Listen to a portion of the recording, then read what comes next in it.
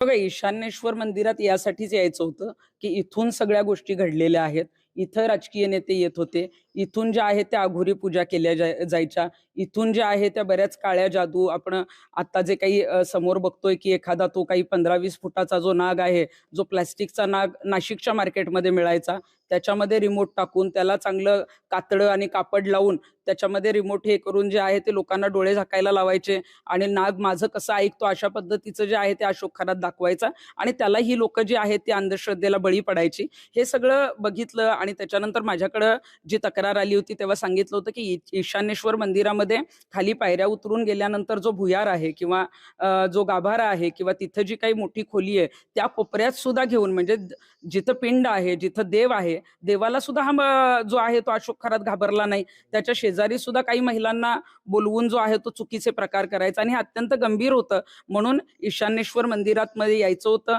काही गावातल्या लोकांनाही भेटायचंय. काही लोक जे पुढे येत नाहीयेत किंवा अनेक प्रकार काही झाले असतील, त्यांना पोलिसांनी जरी आवाहन केलं असेल, तरी एक सामाजिक भान राखून सामाजिक कार्यकर्ती म्हणून मी त्यांना आवाहनही करणार आहे आणि आम्ही सगळे त्यांच्याबरोबर आहोत हे सांगणार आहोत आणि म्हणूनच आज मिरगावला मी इथे आले होते. आणि त्याचा हा जो फार्म हाऊस आहे, म्हणजे एखादा इतका आलिशान फार्म हाऊस, अनेक वेगवेगळ्या जमिनी ज्या हडपल्या गेलेल्या आहेत, अनेकांना जे आहे ते आपण बघितलं असेल, जमिनीच्या बाबतीत काही लोकांना गायब केलं गेलेलं आहे, काही जणांना ठार मारलं गेलेलं आहे. हे सगळं समोर यायचंय आणि त्यासाठी जे काही सहकार्य लागेल किंवा जे आम्हाला काही करता येईल जनतेच्या माध्यमातून ते आम्ही पोलिसांना सहकार्य करणार या आहोत. सगळ्या या भोंदूबाबाबद्दल तुमच्याकडे तक्रारी नेमक्या कधी आल्या होत्या? कारण आरोप असा होतोय की तुम्ही सुरुवातीला हे प्रकरण सगळं तुम्ही मार्च 2026 ला माझ्याकडे रात्री जो आहे तो उशिरा हा पेनड्राईव्ह आला.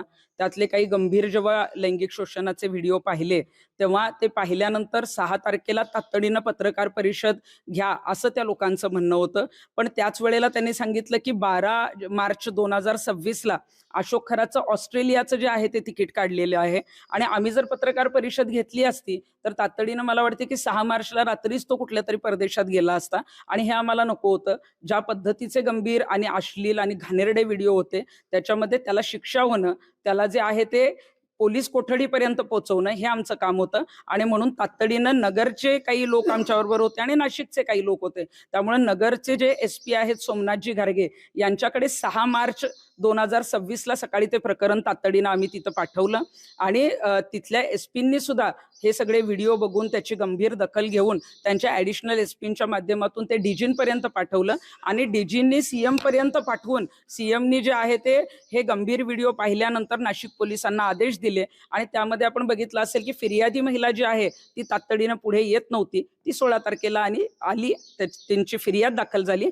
आणि अशोक खरातलं जे आहे ते अटक झालेली आहे. त्यामुळे या प्रकरण माझ्याकडे 5 मार्चला आल्यानंतर तातडीनं म्हणजे साधारण 8 तासाच्या आतच आम्ही जे आहे ते पोलीस यंत्रणा असेल, शासकीय यंत्रणा असेल किंवा संबंधित मंत्री असतील त्यांच्यापर्यंत पोहोचवण्याचं काम झालं आणि खऱ्यातल्या ज्या काही बेड्या ठोकल्या गेल्या त्याच्यासाठी जी एक टीम गुप्तपणे काम करत होती त्या टीमची मी एक सदस्य आहे. त्यामुळे मला अभिमान आहे की खरातचं हे जे काही प्रकरण किंवा आता पुढे ज्या काही गोष्टी येत आहेत ते पुढे आणण्यासाठी आम्ही जो आहे तो पुढाकार घेतला आणि तो यशस्वी झाला. किंवा फार्म हाऊस बांधताना या गावकऱ्यांना खरंच कुठल्याही विश्वासात घेतलं नाही. गावकरी आता म्हणताय की मंदिर आता गावकऱ्यांच्या ताब्यात द्या. हो, मला असं वाटतंय की शासनाने मुख्यमंत्र्यांना माझी विनंती आहे की आता खरातला बेड्या पडल्यात, तो सुटू शकणार नाही. त्याला फासावर लटकवल्याशिवाय आता पर्याय नाही. कारण अशा पद्धतीच्या पुरोगामी महाराष्ट्रामध्ये खरात सारखा राक्षसी प्रवृत्तीचा व्यक्ती असणं हेच महाराष्ट्राला काळीमा आहे. त्यामुळं त्याला जे आहे ते कायद्याअंतर्गत फास्ट ट्रॅक कोर्टामध्ये हे प्रकरण नेऊन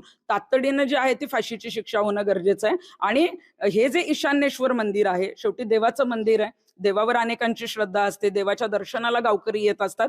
हे मंदिर जे आहे ते शासनाने गावकऱ्यांच्या ताब्यात द्यावं. तुम्ही आता वरिष्ठ अधिकाऱ्यांची भेट घेणार आहात, त्यांच्याकडे देखील काय या संपूर्ण प्रकरणासंदर्भात मागणी तुमची राहील? तेजस्वी सातपुतेंकडे जे आहे ते